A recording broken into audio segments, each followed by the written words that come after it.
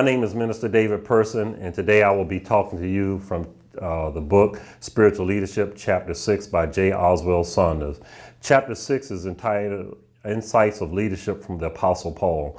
The Apostle Paul is one of the well-known Bible characters. We know him from his successes and from where he began, an opponent of the church, to where God took him as a chief advocate for the church. But today we're going to dive deep and look at what Paul said about leadership. And the one thing that fascinated me about this chapter and the life of Paul is that how he was so versatile, where he was able to adapt to a variety of different types of people. He could talk to kings, he could talk to people in lower states, but it never changed Paul's approach to people or his leadership style. I'd like to highlight 6 things that Paul talked about. First, he talked about social qualification with respect to relationships within the church. A leader should be above reproach. What that means, that does not mean that a leader will be sinless, but what that means is there should be nothing in that leader's life that could be tagged to them. There should be nothing in that leader's life that's unconfessed. Once we realize that we have done something wrong, we should confess that thing to the Lord, that God might continue to use us for his honor and glory. Second, he talks about moral qualification. Moral qualification is something, sadly to say, in today's church, that today's Christian leaders is where we're lacking in. We fool ourselves in believing that if we can keep a certain part of our life secret from others, that we can still do this work for the Lord. Well, I believe the Bible teaches, and Paul talks about in this qualification, that those things hinder us from walking in the full measure where God has called us to. Those moral things are things from sexual immorality to even the negativeness that we have and the bitterness that we harbor against others. Thirdly, Paul talks about mental qualification. A leader must be a person with sound judgment. What that means is that a leader must not allow his emotions or his attitudes determine decisions he makes. All decisions from a spiritual leader must be based on the word of God. Our mind must be saturated with the truth that when we're faced with making decisions, that those decisions will be made through sound judgment based on the word of God. Then personal qualification.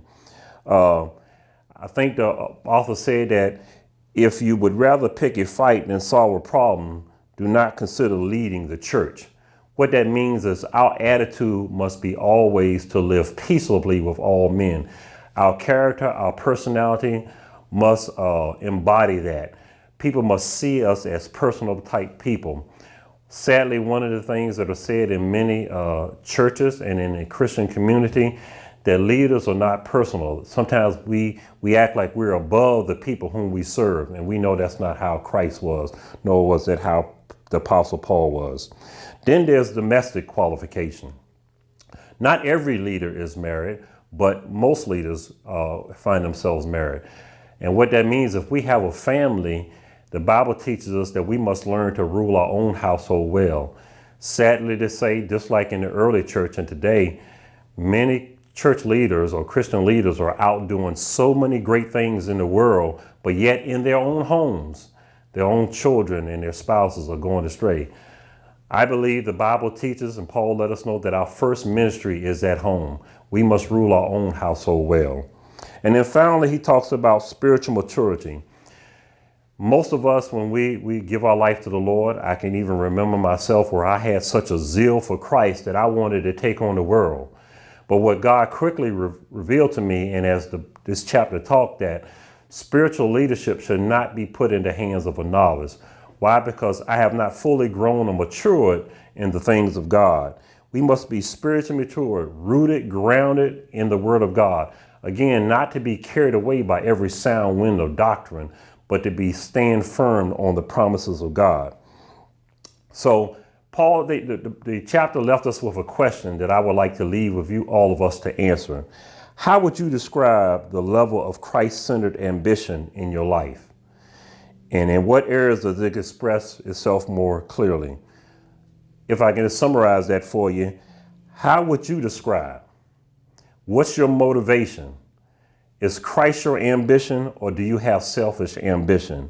And in what areas can others see that in your life. Thank you very much, and I look forward to as we go into the next chapter.